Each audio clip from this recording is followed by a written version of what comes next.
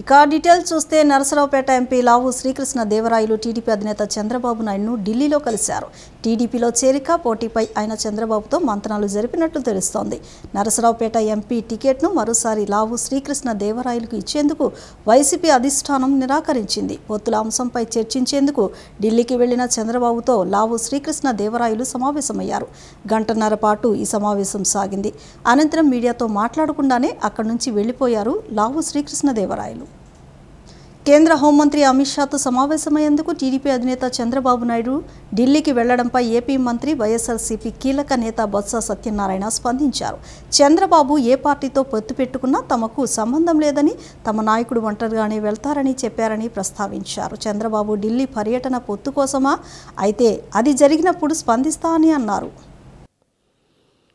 TDP అధినేత చంద్రబాబు నాయుడు ఢిల్లీ పర్యటన నేపథ్యంలో ఆయనపై ఏపీ మంత్రి బొత్స సత్యనారాయణ మండిపడ్డారు. అమరావతిలో ఆయన మీడియాతో మాట్లాడుతూ చంద్రబాబు ఢిల్లీ పర్యటనలో కొత్తేముందని ప్రశ్నించారు. ఒకవేళ బీజేపీతో పొత్తు ప్రకటన జరిగితే మాట్లాడతానని అన్నారు. ఎన్నికల ముందు పొత్తులు కుదుర్చుకోవడం చంద్రబాబుకి అలవాటేనని చెప్పారు.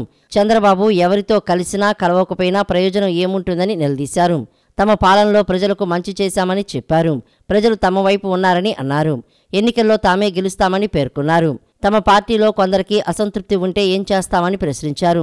తాము ఎవరిని వదులుకోవాలని అనుకోవడం లేదని, టికెట్ రాని వారికి కూడా సమీప భవిష్యత్తులో అవకాశాలు ఉంటాయని తెలిపారు. అసంతృప్తి అనేదానికి ఎండ్ అనేది ఉండదని చెప్పారు. ఏపీసీసీ అధ్యక్షురాలు వైఎస్ షర్మిలకు భద్రత కల్పించే విషయాన్ని అధికారులు చూసుకుంటారని పేర్కొన్నారు. భద్రతపై సర్కారుకు కొన్ని షరతులు ఉంటాయని చెప్పారు. ముప్పు ఉంటేనే భద్రత ఉంటుందని అన్నారు. చంద్రబాబు నాయుడు ఢిల్లీ పర్యటనకి వెళ్తున్నాడు, బీజేపీ పొత్తు అని చెప్పాడా మీకు? మరేమో నాకు తెలియదు. అదే అది జరిగిన తర్వాత అప్పుడు దాని మీద వచ్చి మేము స్పందిస్తాం. ఏమి ఆలు లేకుండా చూలు లేకుండా ఆయన పేరు పెట్టి అంటే ఎక్కడ పెట్టేస్తావు? ఎందుకు చెప్పు? అంత అవసరం లేదు నాకైతే. అది ఒక రాజకీయ పార్టీ, ఒక నిజంగా మీరు చెప్పినట్టే ఒకరు వెళ్తే ఇంకో రాజకీయ పార్టీని కలడానికి పొత్తులకి ఆయనకి అలవాటు కాబట్టి ఎన్నికలప్పుడు వచ్చి ఒకరితో కలడం, ఎన్నికల ఏమైనా వదిలేయడం ఆయనకి ఆనవాయితీ కాబట్టి ఆయన పని ఆయన చేసుకుంటాడు. మాకు ఒకటి మాత్రం చెప్తున్నాను, చంద్రబాబు అనే వ్యక్తి ఎవరితో కలిసినా ఎవరితో కలకపోయినా, ఆయనతో ఎవరు కలిసినా ఎవరు కలకపోయినా మాకు సంబంధం లేదు. మేము ఆల్రెడీ మా నాయకుడు చెప్పగానే చెప్పారు మన సభల్లోనూ, మేము ఒంటరిగానే ఎన్నికలు వెళ్తాం. ప్రజలకు వచ్చి ఈ 5 సంవత్సరాల్లో మేము ఏదైతే మంచి చేసామో, ఏదైతే సంక్షేమం చేసామో, ఏదైతే వాళ్ళ తాలూకు ఆర్థిక పరిస్థితులు మెరుగుపరిచామో, వాళ్ళందరూ కూడా సుఖంగా ఉండడానికి పరిస్థితులు కల్పించాము. రైతుకి హాయిగా గిట్టుబాటు ధరను కల్పించాము. అన్ని అవసరాలు తీర్చాము. కాబట్టి ప్రజలు మమ్మల్ని మాతోనే ఉంటారని పూర్తి నమ్మకం, పూర్తి విశ్వాసం మాకుంది. తాను సొంత డబ్బులను పేదల కోసం ఖర్చు పెడుతున్నానని, అటువంటిది ప్రభుత్వంలోకి వచ్చాక సంక్షేమ పథకాలు ఎలా ఆపుతానని జనసేన అధినేత పవన్ కళ్యాణ్ అన్నారు. మరింత సంక్షేమం ఇచ్చేలా జనసేన, టీడీపీ వ్యవహరిస్తాయని స్పష్టం చేశారు. డ్వాక్రా రుణ మాఫీపై అధ్యయనం చేస్తున్నామని చెప్పారు. సంక్షేమ పథకాల అమలుపై జనసేన అధినేత పవన్ కళ్యాణ్ కీలక వ్యాఖ్యలు చేశారు. జనసేన, టీడీపీ ప్రభుత్వం వస్తే సంక్షేమ పథకాలు ఆపేస్తారంటూ తప్పుడు ప్రచారం జరుగుతోందని అన్నారు. సీఎం వైఎస్ జగన్ ఈ రకమైన తప్పుడు ప్రచారం చేయిస్తున్నారన్న పవన్ కళ్యాణ్ తాము అధికారంలోకి వస్తే మరింత సంక్షేమం ఇస్తామే తప్ప ఆపేది ఉండదని వెల్లడించారు. ప్రమాదవశాత్తు ప్రాణాలు కోల్పోయిన జనసేన కార్యకర్తల కుటుంబాలకు పవన్ కళ్యాణ్ బీమా చెక్కులు అందజేశారు. ఈ సందర్భంగా మాట్లాడిన పవన్ కళ్యాణ్, జనసేన, టీడీపీ ప్రభుత్వం ఏర్పడితే మరింత ఇస్తాం తప్ప ఏదీ ఆపబోమని స్పష్టం చేశారు. డ్వాక్రా మహిళల రుణాల మాఫీపై అధ్యయనం చేస్తున్నామని పవన్ కళ్యాణ్ తెలిపారు. డ్వాక్రా రుణాల మాఫీపై టీడీపీతో కలిసి చర్చిస్తున్నట్లు వివరించారు. తాను సొంత డబ్బులను పేదల కోసం ఖర్చు పెడుతున్నానని, అలాంటప్పుడు ప్రభుత్వంలోకి వచ్చాక సంక్షేమ పథకాలు ఎలా ఆపుతామని ప్రశ్నించారు. ఈ కార్యక్రమంలో పవన్ కళ్యాణ్ కాస్త భావోద్వేగానికి గురయ్యారు. ప్రమాదవశాత్తు చనిపోయిన జనసేన కార్యకర్తలకు సంతాపం తెలియజేస్తున్నానన్న పవన్ కళ్యాణ్, చిన్న వయసులోనే చాలా మంది జనసేన కుటుంబ సభ్యులు ప్రాణాలు కోల్పోయారని అన్నారు. తన కళ్ల ముందే చాలా మంది ప్రమాదాలకు గురి కావడం చూశారని ఆవేదన వ్యక్తం చేశారు. నా వ్యక్తిగత సంపాదనే పంచడానికి సిద్ధంగా ఉన్నవాడిని. ఉమ్మడి ప్రజా సంపాదనని అందరికీ పంచేలాగా భవిష్యత్తులో జనసేన తెలుగుదేశం ప్రభుత్వం ముందుకు తీసుకెళ్తుందని తెలియజేసుకుంటూ మీ అందరికీ నాయకులందరూ కూడా ఈ సందర్భాన్ని ఒకటి తెలియజేసుకుంటా ఉన్నాం. వైఎస్ జగన్ గారు మాట్లాడుతూ జనసేన వస్తే, టీడీపీ ప్రభుత్వం వస్తే వాళ్ళు వెల్ఫేర్ స్కీమ్స్కి విరుద్ధం అని మాట్లాడుతూ ఉంటారు. నాయకులందరూ కూడా చెప్తాను, వ్యక్తిగతంగా ఇంత డబ్బులు ఇవ్వగలిగే వాళ్ళం, ప్రజలు పన్నులు కట్టి వచ్చిన డబ్బుని ఇంకెంత ఉదారంగా పంచగలమో అది తెలియచేయండి. మనకి జేబులోంచి రూపాయి తీయని వ్యక్తి జగన్మోహన్ రెడ్డి.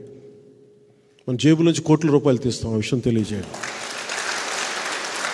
సో నేను తెలియజేసుకుంటుంది కూడా, ఏదైతే పథకాలు ఉన్నాయో ఆ పథకాలను కొనసాగింపే ఉంటుంది తప్ప వాటిని ఆపమని మీరు పదే ప్రతి ఒక్కరికి తెలియచేయండి.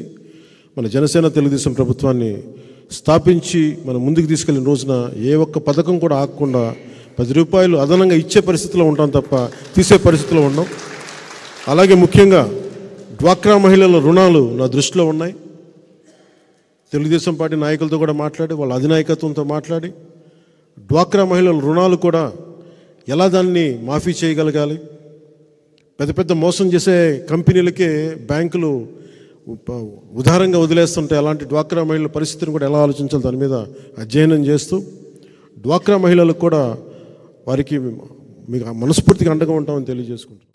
సీఎం జగన్ ఎన్నికలు వచ్చాయని సిద్ధం అంటూ బయటకు వచ్చారని ఏపీ కాంగ్రెస్ అధ్యక్షురాలు వైఎస్ షర్మిల ఘాటు వ్యాఖ్యలు చేశారు. ప్రత్యేక హోదాను మళ్లీ బీజేపీ దగ్గర తాకట్టు పెట్టడానికి సిద్ధమా అని నిలదీశారు. ప్రత్యేక హోదాపై ఏపీ సీఎం జగన్ చేతులెత్తేశారని, బీజేపీకి పూర్తి మెజారిటీ వస్తోందని, ఏమీ చేయలేమంటున్నారని గుర్తు చేశారు. సీఎం వైఎస్ జగన్ అన్న పెద్ద కోటలు కట్టుకున్నారని, ఎప్పుడూ ప్రజల మధ్యకు రారు, కానీ ఇప్పుడు ఎన్నికలు వచ్చాయని సిద్ధం అంటూ బయటకు వచ్చారని ఏపీ కాంగ్రెస్ అధ్యక్షురాలు వైఎస్ షర్మిల ఘాటు వ్యాఖ్యలు చేశారు. బాపట్ల నియోజకవర్గంలో కాంగ్రెస్ పార్టీ బహిరంగ సభలో పాల్గొన్న షర్మిల సోదరుడు ఏపీ సీఎం జగన్ పై విమర్శలు గుప్పించారు. మీరు దేనికి సిద్ధం జగన్ సార్? మళ్లీ 8 లక్షల కోట్లు అప్పు చేయటానికి సిద్ధమా? లేకపోతే రాష్ట్ర ప్రయోజనాలను తాకట్టు పెట్టి బీజేపీతో అక్రమ పొత్తు పెట్టుకోవడానికి సిద్ధమా? ప్రత్యేక హోదాను మళ్లీ బీజేపీ దగ్గర తాకట్టు పెట్టడానికి సిద్ధమా అని నిలదీశారు. పూర్తి మద్యపాన నిషేధమని మోసం చేయటానికి సిద్ధమా? 25 లక్షల ఇండ్లు కడతామని మోసం చేయటానికి సిద్ధమా? లేక రాష్ట్రంలో లిక్కర్ మైనింగ్ మాఫియాకు సిద్ధమా అంటూ జగన్పై మండిపడ్డారు. ఒకవేళ వీటికి మీరు సిద్ధమైతే ప్రజలు మిమ్మల్ని ఇంటికి పంపడానికి సిద్ధం అంటూ అన్న జగన్పై ఏపీ పీసీసీ చీఫ్ షర్మిల సెటైర్లు వేశారు. ప్రత్యేక హోదాపై ఏపీ సీఎం జగన్ చేతులెత్తేశారని, బీజేపీకి పూర్తిగా మెజారిటీ వస్తుందని, ఏమీ చేయలేమని అంటున్నారని గుర్తు చేశారు. రాష్ట్రానికి రాజధాని లేదని, పోలవరం ఇవ్వలేదని, ఎందుకు ఇన్నాళ్లు కేంద్ర ప్రభుత్వాన్ని అడగలేదని సోదరుడు జగన్ను వైఎస్ షర్మిల ప్రశ్నించారు. ఈరోజు 8 లక్షల కోట్ల అప్పు తెచ్చారు కానీ దేనికి డబ్బు లేదు. రాజధాని కడదామంటే డబ్బు లేదు, పోలవరం కట్టుకుందామంటే డబ్బు లేదు, పెద్ద పరిశ్రమలు పెట్టుకుందామంటే డబ్బు లేదు, ఆఖరికి రోడ్లు వేసుకుందామంటే డబ్బు లేదు, జీతాలు ఇవ్వాలంటే డబ్బు లేదు, ఫీజు రీయింబర్స్మెంట్ ఇవ్వాలంటే డబ్బు లేదు.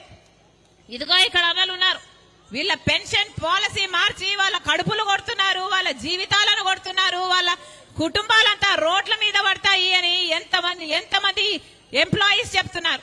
మళ్ళీ బీజేపీ పార్టీతో అక్రమ పొత్తు పెట్టుకోవడానికి మీరు సిద్ధమా?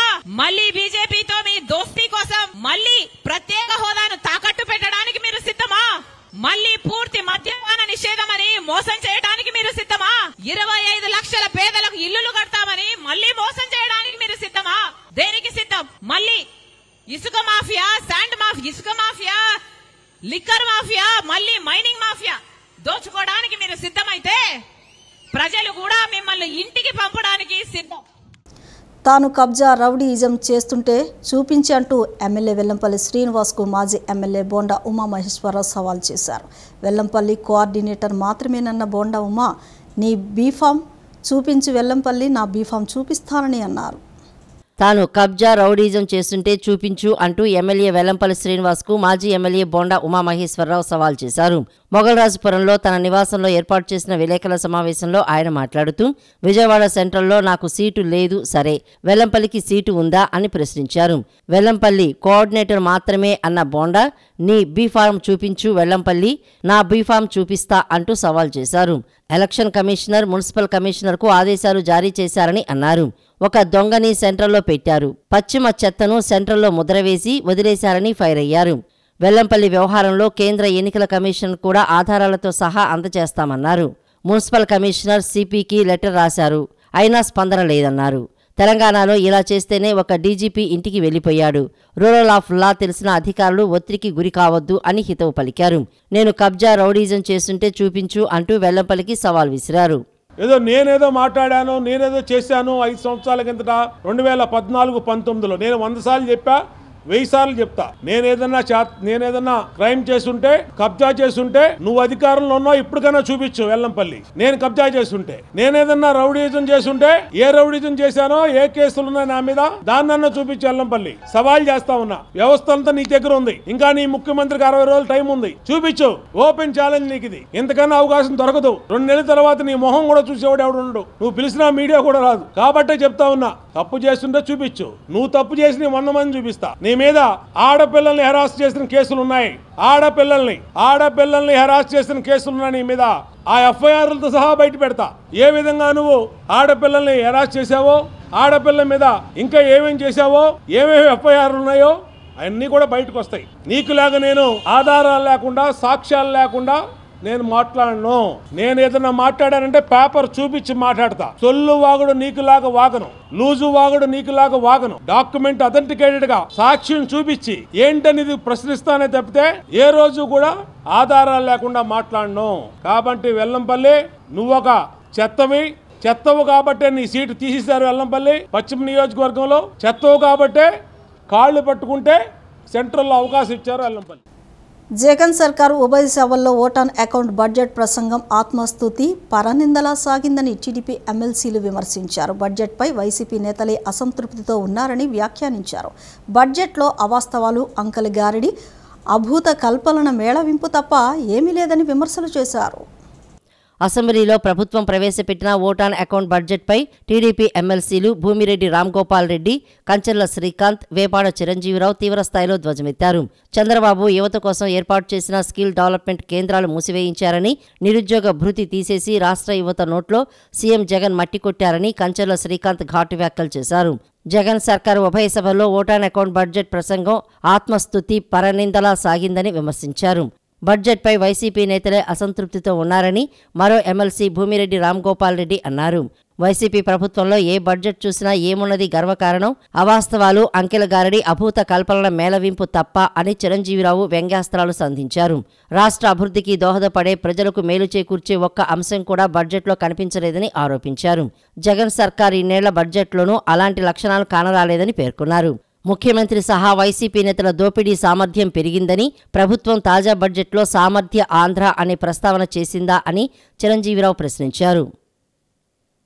బడ్జెట్ ప్రసంగంలో చెప్పడం జరిగింది, మైక్రో ఇరిగేషన్ అమలులో ఆంధ్రప్రదేశ్ రాష్ట్రం దేశంలోనే 2వ స్థానంలో ఉంది. నీవు 4.5 సంవత్సరాల పాటు ఈ రాష్ట్రంలో ఒక్క పైపు, ఒక తుంట పైపు అయినా కానీ, 1 సెంటీమీటర్ డ్రిప్ పైపు అయినా కూడా ఇవ్వకోకుండానే భారతదేశంలో ఏ విధంగా ఆంధ్రప్రదేశ్ 2వ స్థానంలో ఉందో మాకైతే అర్థం కావడం లేదు.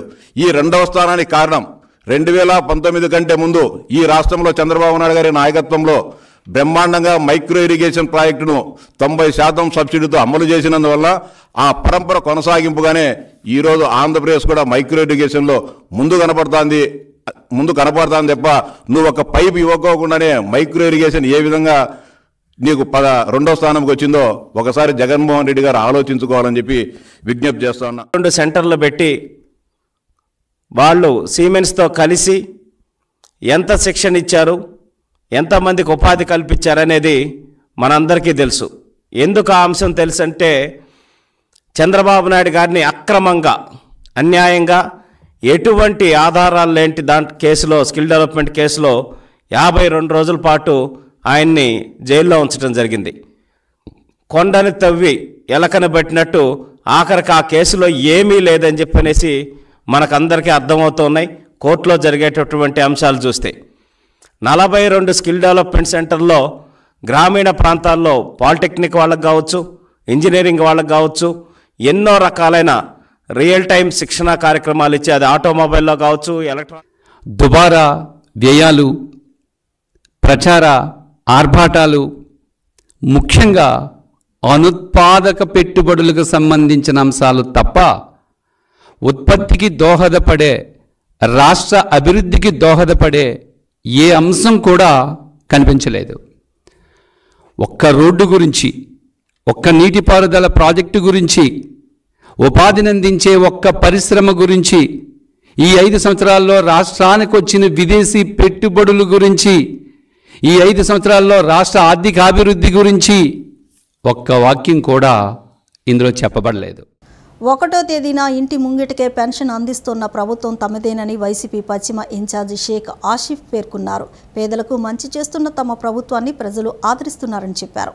వచ్చే ఎన్నికల్లో మళ్లీ జగనే ముఖ్యమంత్రి అవుతారని, పశ్చిమ నియోజకవర్గాన్ని గెలిపించి సీఎంకు గిఫ్ట్గా ఇస్తామని వెల్లడించారు. గడప గడపకు కార్యక్రమంలో భాగంగా వైసీపీ పశ్చిమ ఇన్ఛార్జి షేక్ ఆసిఫ్ 48వ డివిజన్లో మేయర్ రాయన భాగ్యలక్ష్మి, కార్పొరేటర్ అత్తులూరి ఆదిలక్ష్మితో కలిసి పర్యటించారు. ఈ సందర్భంగా ప్రతి గడపకు వెళ్లి ప్రజల సమస్యలు అడిగి తెలుసుకోవడంతో పాటు సంక్షేమ పథకాల అమలు తీరును తెలుసుకున్నారు.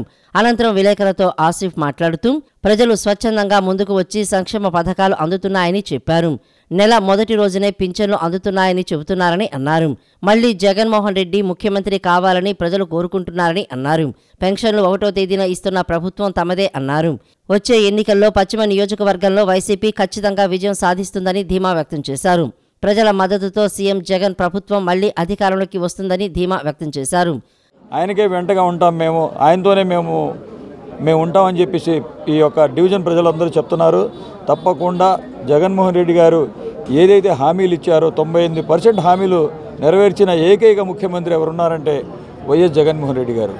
ఈరోజు ప్రతి ఒక్క ఈ యొక్క కొండ ప్రాంతం ఉండడం వల్ల మెట్లు మార్గాలు కానీ, దెబ్బతిన్న మెట్లు మార్గాలకి, అలాగే సీసీ రోడ్లు కానివ్వండి, అలాగే ఒక ఎలక్ట్రికల్ పోల్స్ కానివ్వండి, లైటింగ్ కానివ్వండి, లేకపోతే వాటర్ పైప్ లైన్లు కానివ్వండి, అనేక సమస్యలన్నీ పరిష్కరించి ఈరోజు మేము ప్రజల్లోకి వెళ్ళి ఓట్లు అడుగుతున్నాం. తప్పకుండా మేమందరం మీకు వైఎస్ఆర్సీపీ వెంటే ఉంటాం, మీకే ఆసిఫ్ గారు మీకే ఓటేసి మేము గెలిపిస్తామని చెప్పి చెప్తున్నారు. అనంతరం మేయర్ రాయన భాగ్యలక్ష్మి మాట్లాడుతూ తమ ప్రభుత్వ హయాంలో విజయవాడలో అనేక గుళ్లను పునర్నిర్మాణం చేశామని పేర్కొన్నారు. గుళ్లను కొలగొట్టిన ప్రభుత్వం టీడీపీ అయితే నిర్మించిన ప్రభుత్వం వైసీపీ అని తెలిపారు. పేదలకు పెత్తందారులకు జరిగే యుద్ధంలో పేదలు గెలవాలని పిలుపునిచ్చారు. కట్టించే గవర్నమెంటు మన వైఎస్ఆర్సీపీ గవర్నమెంట్ అయితే, కూలగొట్టే గవర్నమెంటు టీడీపీ గవర్నమెంట్. ప్రజలు ఒక్కసారి గమనించండి, వాళ్ళు కూలగొట్టినారు, వాళ్ళకి కావాల్సిన రియల్ ఎస్టేట్ పద్ధతిలో పనులు చేసుకున్నారు, కానీ ప్రజలకు ఉపయోగపడే పనులు ఎక్కడా చేయలేదు. అది ప్రజలు గమనించాలి. ఈ 5 ఏళ్ల కాలంలో 2 ఏళ్ళు కరోనాలో పోయినా కానీ 124 సార్లు బటన్ నొక్కి ఈరోజు ప్రజలకి సంక్షేమం అందించిన వ్యక్తి జగన్మోహన్ రెడ్డి గారు. 2,50,000 కోట్లు పేద ప్రజలకు పంచిన వ్యక్తి జగన్మోహన్ రెడ్డి గారు. ఇంత మంచి పరిపాలన మనకి ఈ గవర్నమెంట్లో తప్పితే ఎక్కడ దొరకదు. దయచేసి ప్రజలు గమనించండి, ఇది పెత్తందారులకి పేదలకి జరిగే యుద్ధం. ఈ యుద్ధంలో ఉన్న పేదలు గెలవాలి, పేదల సంక్షేమము గెలవాలి, పేదల అభివృద్ధికి మనమందరం కలిసి పాటుపడాలని నేను తెలియజేస్తాను. వాలంటీర్ల ద్వారా ఇంటింటికి రాజకీయ లబ్ధి పొందాలని చూసే ఆలోచన సరైన పద్ధతి కాదని సిపిఐ నగర కార్యదర్శి కోటేశ్వరరావు విమర్శలు చేశారు. ప్రభుత్వం నుంచి వాలంటీర్లు సొమ్ము చేసుకుంటూ రాజకీయ పార్టీ కోసం పనిచేయడం నేరమన్నారు. నగరంలోని హనుమాన్పేట దాసరి భవన్లో నగర కార్యదర్శి కోటేశ్వరరావు విలేకరుల సమావేశం నిర్వహించారు. కోటేశ్వరరావు మాట్లాడుతూ ప్రభుత్వ పథకాలు, సంక్షేమ పథకాల సేవలను సచివాలయ వాలంటీర్ వ్యవస్థ ద్వారా అందిస్తున్నామని సీఎం చెప్పే మాటలు పూర్తిగా అవాస్తవమని మండిపడ్డారు. వాలంటీర్లు అంతర వైఎస్ఆర్సీపీ కార్యకర్తల వలె పనిచేస్తున్నారని విమర్శించారు. సెంట్రల్ నియోజకవర్గంలో వాలంటీర్లు వైసీపీ అనుకూలంగా పనిచేస్తూ వారిచ్చే గిఫ్టులు ప్రజలకు పంచుతున్నారని ధ్వజమెత్తారు. సీఎం జగన్మోహన్ రెడ్డి 124 సార్లు బటన్ నొక్కాను, నా కోసం 2 సార్లు బటన్ నొక్కండి అని చెప్పిన విధంగానే పనిచేస్తున్నారని అన్నారు. మున్సిపల్ కమిషనర్కు ఫిర్యాదు చేస్తామని, కమిషనర్ చర్యలు తీసుకోకపోతే ఎన్నికల సంఘానికి ఫిర్యాదు చేస్తామని పేర్కొన్నారు. ఎలక్షన్ కమిషన్కి రిపోర్ట్ చేయబోతా ఉన్నాం సిపిఐగా. ఎందుకంటే ఇవాళ చూడండి, క్లస్టర్ 13 38వ సచివాలయం అంటే 6వ డివిజన్ ఎర్రమేడ దగ్గర ఉన్నటువంటి సచివాలయం ఏదైతే ఉందో ఆ సచివాలయం వాలంటీరు ప్రతి ఒక్కరికి ఈ రకమైనటువంటి మెసేజెస్ని ఇవ్వటం జరిగింది. దీనిపైన కఠిన చర్యలు తీసుకోవాలని చెప్పి మున్సిపల్ కమిషనర్ గారికి విజ్ఞప్తి చేస్తున్నాం. రాబోయేటటువంటి కాలంలో ఈ రకంగా వ్యవహరించేటటువంటి ఒక రాజకీయ పార్టీ కార్యకర్తలాగా వ్యవహరించేటటువంటి వాలంటీర్స్ ఎవరైతే ఉన్నారో వారిపైన ఎలక్షన్ కమిషన్కి రాబోయేటటువంటి కాలంలో మేము కమిషన్కి రిపోర్ట్ చేయబోతున్నాం. ఆ వైపుగా చర్యలకు చేపట్టేటటువంటి దానికోసం ఎలక్షన్ కమిషన్ స్పందించాలని చెప్పి ఈ సందర్భంగా సిపిఐగా విజ్ఞప్తి చేస్తా ఉన్నాం. మేము అడుగుతా ఉన్నాం, 124 సార్లు నేను బటన్ నొక్కానని చెప్పేటటువంటి జగన్మోహన్ రెడ్డి తన యొక్క ఆ సొమ్ము ఎక్కడా కూడా ఇడుపులపాయలో నుంచో లేకపోతే ఆయన ఇంట్లో నుంచో తీసుకొచ్చి 124 సార్లు వారికి బటన్ నొక్కి ప్రజలకి సంక్షేమ పథకాలు ఆయన సొంత సొమ్ముతో ఇచ్చినటువంటిది కాదు. సమాజంలోని సాంఘిక అసమానతలను ప్రశ్నించడమే నాస్తికత్వంలోని ప్రధాన ఉద్దేశమని ఏపీ నాస్తిక సమాజం ప్రతినిధి జిలానీ బేగం తెలిపారు. విజయవాడ ప్రెస్ క్లబ్లో నిర్వహించిన విలేకరుల సమావేశంలో సంస్థ ప్రతినిధులు రాజ్యలక్ష్మి, వరప్రసాద్తో కలిసి జిలానీ బేగం మాట్లాడారు. ఈ నెల 10, 11 తేదీల్లో 32వ జాతీయ నాస్తిక మేళాను గుంటూరు జిల్లా మంగళగిరి సమీపంలో నిర్వహించనున్నట్లు తెలిపారు. ఈ సందర్భంగా జాతీయ మేళా పోస్టర్ను ప్రతినిధులు ఆవిష్కరించారు. సాంస్కృతిక లెక్చరర్గా పనిచేస్తూ ప్రత్యామ్నాయ సంస్కృతి కోసం నిడమరు దగ్గర చార్వాక ఆశ్రయాన్ని ఏర్పాటు చేయడం జరిగింది. చార్వాక మాస్టర్ గారు వారు పూర్వం నుంచి లోకాయుతలు, చార్వాకులు ప్రజల కోసం ఏ విధంగా అయితే ఆస్తికవాదుల మీద పోరాటం చేశారో, ప్రజల మన్ననల కోసం ఎలా అయితే జీవించారో అదే విధానంతో రామకృష్ణ గారు చార్వాక ఆశ్రమం 70లో స్థాపించడం జరిగింది. ఆనాటి నుంచి ఈనాటి వరకు కూడా 2 రాష్ట్రాలందు అనేకమైన కార్యక్రమాలు జరుగుతూ ఉన్నాయి. ఇప్పుడు నాస్తిక మేళా అనేది ఒక ఉత్సవంగా తీసుకోవడం జరిగింది.